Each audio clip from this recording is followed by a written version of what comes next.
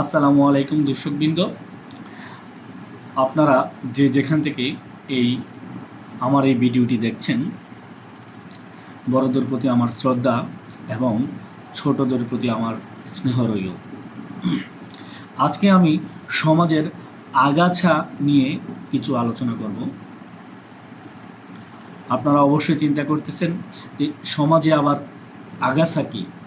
হ্যাঁ, আমি এই বিষয়ে আজকে বিস্তারিত আলোচনা করব, সেটা সম্পূর্ণ আমার নিজের দৃষ্টিকোণ থেকে।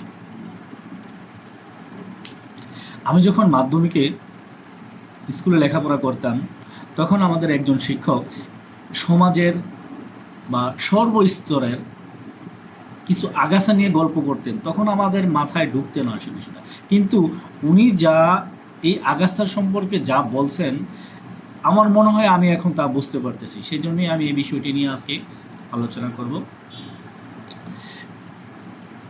আলোচনার মধ্যে ছোট্ট একটি আপনাদেরকে উদাহরণ দেই। ধরেন একজন কৃষক জমিতে ধান ফলাচ্ছে। ধান রোপণ করার আগেই সে তার ফসলের জন্য কিছু সার, পানি, প্রয়োজনীয় ভিটামিন জমিতে প্রয়োগ করার জন্য বরাদ্দ রাখে। সেই মোতাবেক সে জমিতে ওইগুলা প্রয়োগও করলো, কিন্তু কিছুদিন পরে সে যখন দেখলো তার ধান খেতে কিছু আগাছা বেড়ে উঠতেছে, যে আগাছা কৃষককে কখনো কিছু দেবেও না, বা কৃষক সে আগাছা থেকে কোনো সুফলও পাবে না। তখন যারা আমাদের এই ভিডিওতে যারা এখন কৃষক ভাই আছে বা কৃষিকাজের সাথে জড়িত আছে, যে সেটা যে কোনো কৃষিকাজ হোক, তখন আপনারা কি করবেন? অবশ্যই সেই আগাছাগুলা উপড়ে ফেলবেন।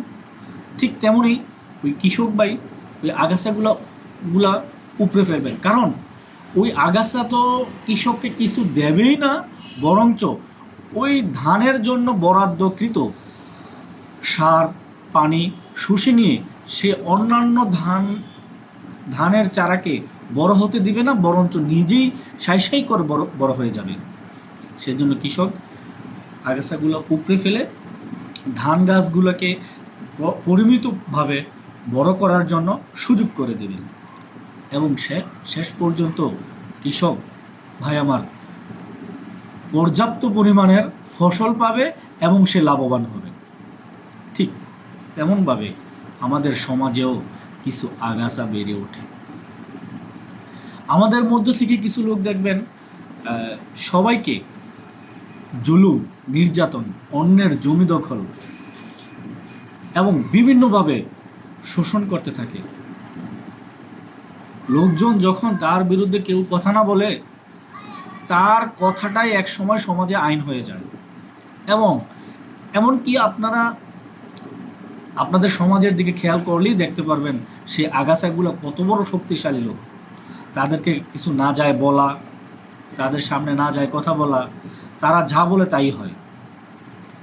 কিন্তু আর কতদিন? আমরা কি সবাই মিলে পারি না এই আগাছাগুলোকে দমন করে দেওয়ার জন্য? অবশ্যই পারি। এখন আমাদেরকে সবাইকে ঐক্যবদ্ধ হয়ে বলতে হবে, না, আর নয় শোষণ। এখন আর ওই দিন নেই। আমরা এখন আর শোষণের শিকার হব না, ওই আগাছাদের কথা শুনবো না, ওদেরকে আমরা সমাজে বাড়তে দিব না। সমাজকে সুন্দরভাবে গড়ে তুলতে হলে আমাদেরকে ঐক্যবদ্ধ হতে হবে, আমাদেরকে সুশিক্ষায় শিক্ষা অর্জন করতে হবে, আমাদের ছেলেদেরকে স্কুলে পাঠাতে হবে, তাদেরকে মানবিক মূল্যবোধ শিখিয়ে ভালো মানুষ হিসেবে গড়ে তুলতে হবে, এবং ওই আগাছাদের বিরুদ্ধে দাঁড়িয়ে থাকতে হবে। এই আগাছাদের যদি আপনারা দমন এখন না করেন, এই সমাজকে আপনারা ভালোভাবে টিকিয়ে রাখতে পারবেন না। আর কি বলবো, অনেক কিছুই আপনারা হারিয়ে ফেলবেন। তাই আমার উদাত্ত আহ্বান, আপনারা সবাই একতাবদ্ধ থাকবেন এবং সবাই মিলে ওই আগাছাদের বিরুদ্ধে দাঁড়ান, সমাজকে সুন্দরভাবে গড়ে তোলেন। আল্লাহ হাফেজ।